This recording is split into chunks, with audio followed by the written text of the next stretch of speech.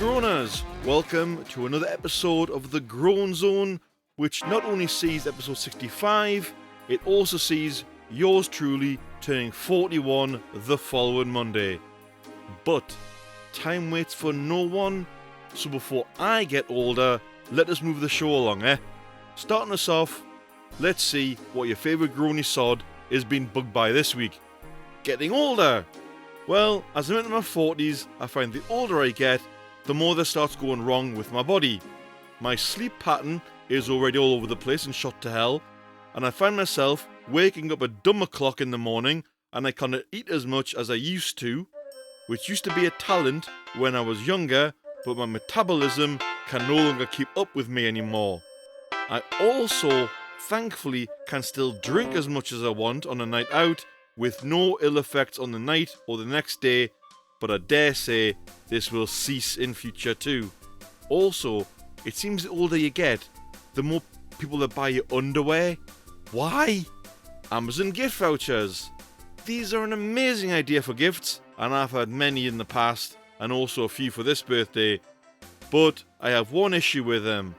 When you spend them, even if an item is £17 and the voucher covers 20, it takes the full voucher off you. You don't get left with any credit, which I think is a bit sneaky by Amazon. It also applies the voucher immediately to any spend you do. So if by mistake you buy a gift for someone else, the voucher is applied and you've lost it. Amazon should rethink this, kind of like how Steam do it. They let you select the options you wish to pay by, including the balance in your accumulated wallet. So if you've spent, say, a £20 voucher on a £17 item, you get to keep the £3 in an Amazon wallet. Wouldn't that be good? Roadworks. So on motorways and other roads in this country, at least, they close the roads all day and night. In some other countries, they let the traffic flow through the day and close the roads overnight and work on the roads overnight, thereby avoiding huge traffic jams and possible accidents. Why don't councils, etc., take a leaf out of the other countries' books and apply this way of working? Plus, I'm sure it'd be safe for workers who would not be working in heavy traffic and be working in a well-lit, brightly coned off area. If a driver, though, cannot pay attention to well-lit signs and road cones, then I'm sorry, but they shouldn't be driving at all. But right then, that's my groans for the soon-to-be older groaner, gone for another week. Moving straight on with the show, let's play Yes or BS. Are the Groaners playing along live? Are you ready? That would be a yes. Those playing along after the recording, are you ready? I can't hear you, but I dare say you are, wherever you are in the world. Here we go. Round 1. Well, that's random. Option A. If you opened a hippo's jaw fully, you could fit a sports car inside. Option B. It would take 25 minutes to arrive at the Earth's core if you fell through from the North Pole. And last one, option C. It is estimated that the average pencil has enough graphite in it to draw a line that would encircle the globe twice.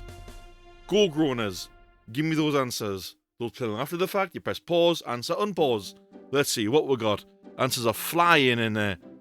We've got a mixture of A's and C's. Okay, nice one Groaners. Okay, we have a split. Round 2, the Cloud Brain Twins round. Option A, identical twins have the same fingerprints. Option B, the human brain actually eats itself. And option C, a cloud weighs around 1 million tons. Give me them Groaners, send them in, answers, come on. After the fact, pause, answer, unpause. Okay, again we've got A's flying in there. Any more Groaners? Okay, we've got A's and B's coming in. Another split. And someone's wrote, never thought about sticking my head in an elephant.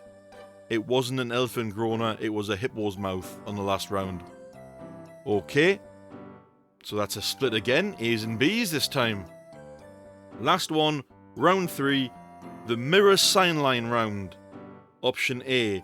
Mirrors facing each other produce infinite reflections. Option B. There's no such thing as a straight line. And lastly, option C. Deaf people are known to use sign language in their sleep. Answers, Groaners, send them in. After it's recorded, press pause, answer unpause. After you've done your answers, Groaners. Here we go, what we got. C's all across the board. No room for anything else. Everyone's gone for C. Wow. I hear you loud and clear, Groaners. Nice one. Did you get points? Well, I don't know. We'll find out later before the show ends. What's that I hear? It's just Admin Nicole throwing a creepy story of the week at me. That was a close shave, Nicole. That's just landed in my lap. Yep, it's Creepy Corner time. This week's story is called The Thing in the Basement. Viola walked into the well-lit basement, keeping herself close to the door. She never liked getting too close to the mass of emptiness in the middle of the room, or the black smoke that often came out of it. She was always scared of the risk of falling in. She saw the old man sitting at the very edge of the hall, just looking down into the abyss, without a care in the world. On a table in the corner, she saw a wooden rocking horse waiting to dry for a fresh coat of varnish. It was subtle, but she could tell the old man put more effort into fixing this than any other antique. I probably don't have the answers you want, you know.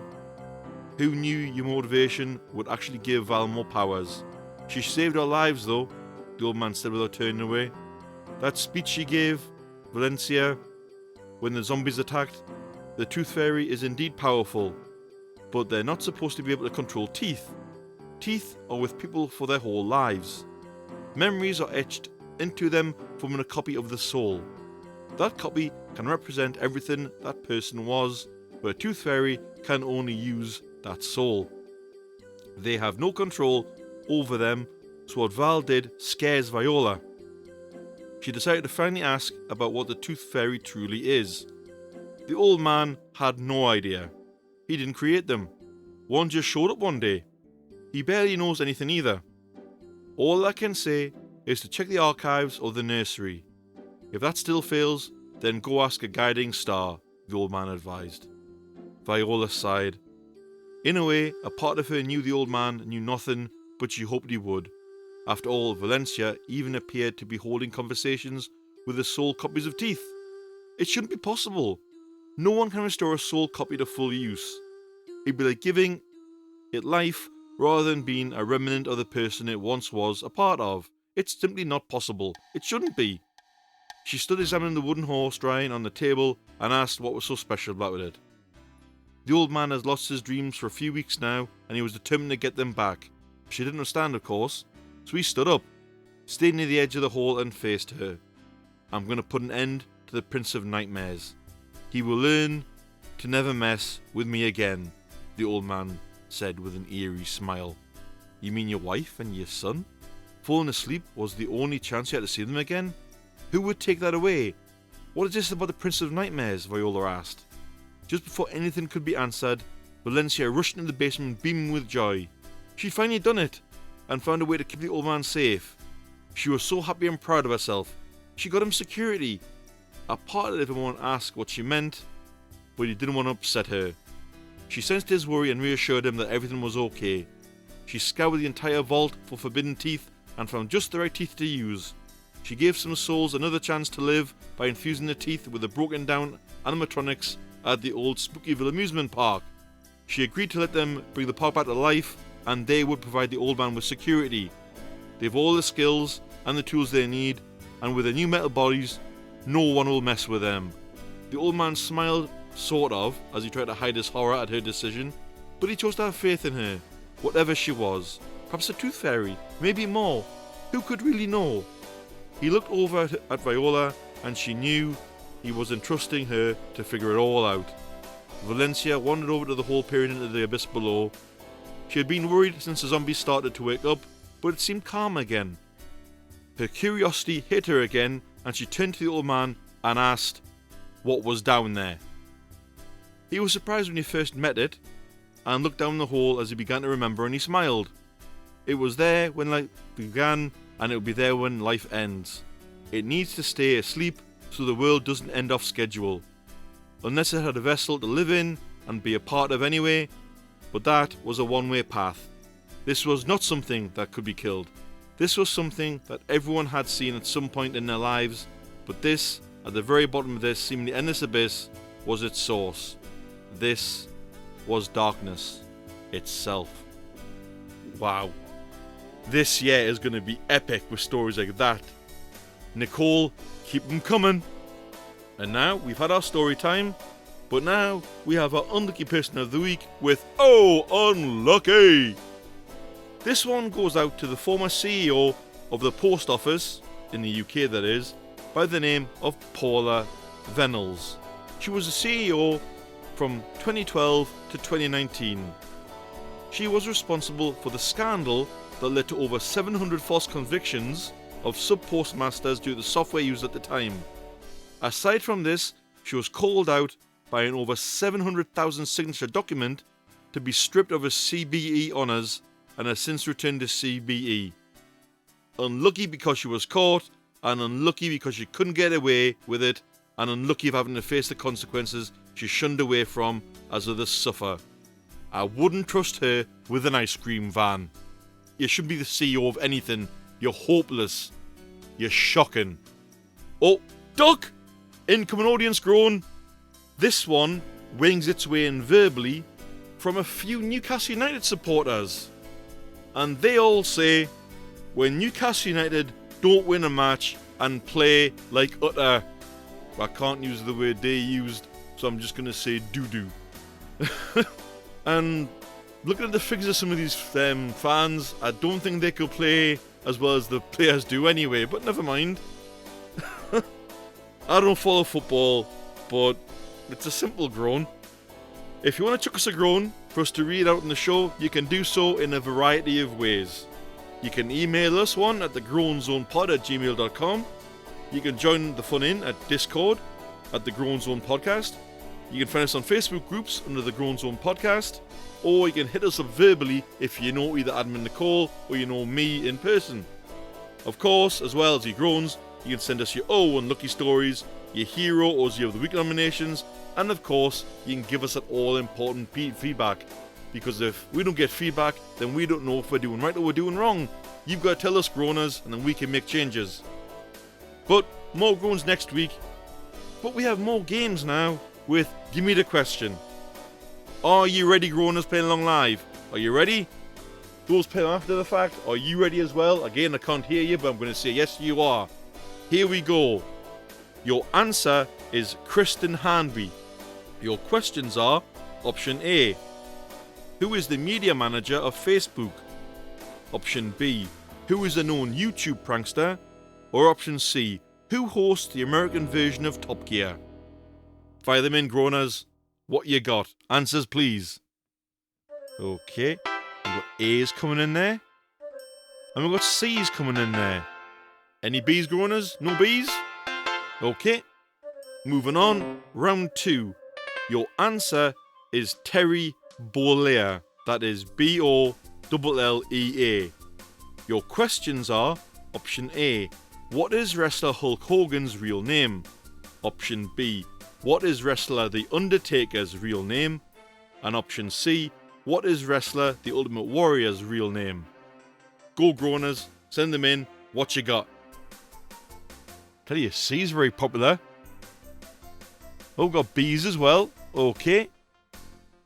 Okay, groaners, hear you loud and clear, those playing along live.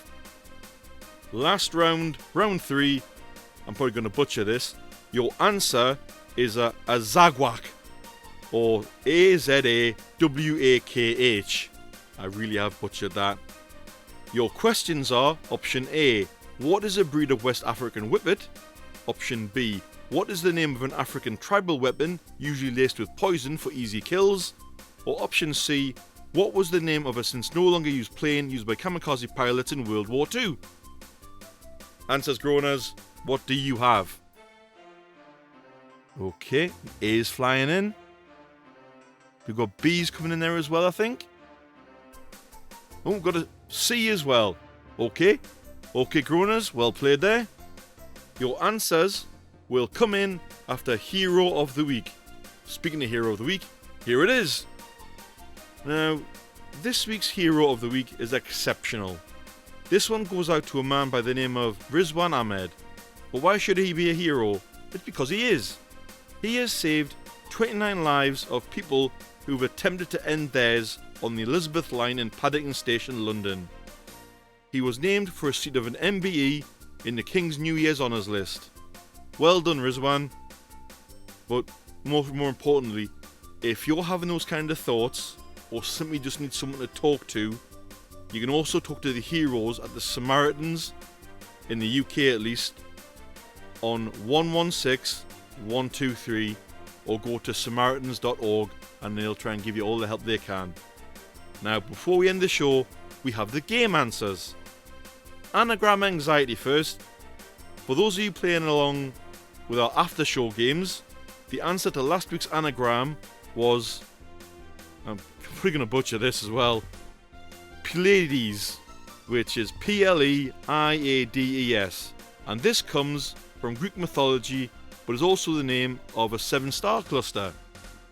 Give me the question answers now. Round 1, your answer was Kristen Hanby. Your correct question was option B, who is a known YouTube prankster. Round 2, your answer was Terry Bollea. Your correct question was option A, what is wrestler Hulk Hogan's real name? Round 3, again I'm gonna do it again, I'm gonna butcher it again. Your answer is a Zakwak. I've done it again. Your correct question was option A, what is the breed of West African Whippet? And now, lastly, we move on to yes or BS. Round 1, well that's random. If you went for option A, if you opened a hippo's jaw fully, you could fit a whole sports car inside. That's actually true. Even I didn't believe that. Option B. It would take 25 minutes to arrive at the Earth's core if you fell through from the North Pole. That's entirely false. Although scientists state it would take 19 minutes. Option C. It is estimated that the average pencil has enough graphite in it to draw a line that would encircle the globe twice. False, wrong. It's only enough to go as far as 56 kilometers.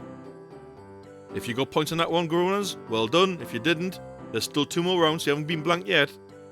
Round 2, the Cloud Brain Twins round. Option A, identical twins have the same fingerprints. Rubbish! Because environmental factors during development in the womb, umbilical cord length, position in the womb, and the rate of finger growth, all impact your fingerprints, so your identical twin would have a different fingerprint completely. So if you think you can commit a crime and get your twin in deep trouble, wrong. Option B, the human brain eats itself. This is actually true. This process is called phagocytosis, where cells envelop each other and eat smaller cells or molecules to get them out of the system. Don't be alarmed though, this process isn't harmful, it actually helps preserve your grey matter. Option C, a cloud weighs around 1 million tons. This is true. This is going to get very, very mathy, okay? Bear with me here. A cloud usually has a volume of 1 kilometer cubed and a density of around 1.003 kilograms per cube meter. This means that this is 0.4% lower than the air surrounding it. This is why clouds can float. Wow. Okay, I'm sure the answer in there is true, because when I read that was like, okay, so that's confirmed true, is it? It is. From reading that. Even that one twists my melon. Round 3. The mirrors sign line round. Option A. Mirrors facing each other produce infinite reflections. You'd think this would be true, but it's false. Each reflection will be darker than the last and eventually fade into invisibility. Mirrors absorb a fraction of the energy of the light striking them. The total number of reflections the mirror can produce? A few hundred. So they'd all have slight differences, so it wouldn't be identical reflections. So, yeah, false. Sorry, Groaners. Option B. There's no such thing as a straight line. Surprisingly, this is true. If you zoom in close enough to anything, you'll spot irregularities. Even a laser light beam is slightly curved. Is anything straight out there? Option C. Deaf people are known to use sign language in their sleep. This is actually true. A case study of a 71-year-old man with a disorder that affected his rapid eye movement and a severe hearing impairment showed him using fluent sign language in his sleep, which enabled researchers to get an idea of what he was dreaming about thanks to those signs he was using. Isn't that interesting? Hopefully you groaners out there scored points this week. But one more thing before we go. What the Hell Am I For is back this week, and the image will be on Facebook, Discord, and in the show notes. If you want to know how you get into the show notes, when you open the episode, you click on the episode title, and then you press play, and you read the notes, and the image will be at the bottom of the episode. Your clue for it, though, is a breath of fresh air. That's all I'm going to say on that one. A breath of fresh air. Take care, Groaners. We'll see you next week when I'm officially 1 year older. Bye-bye.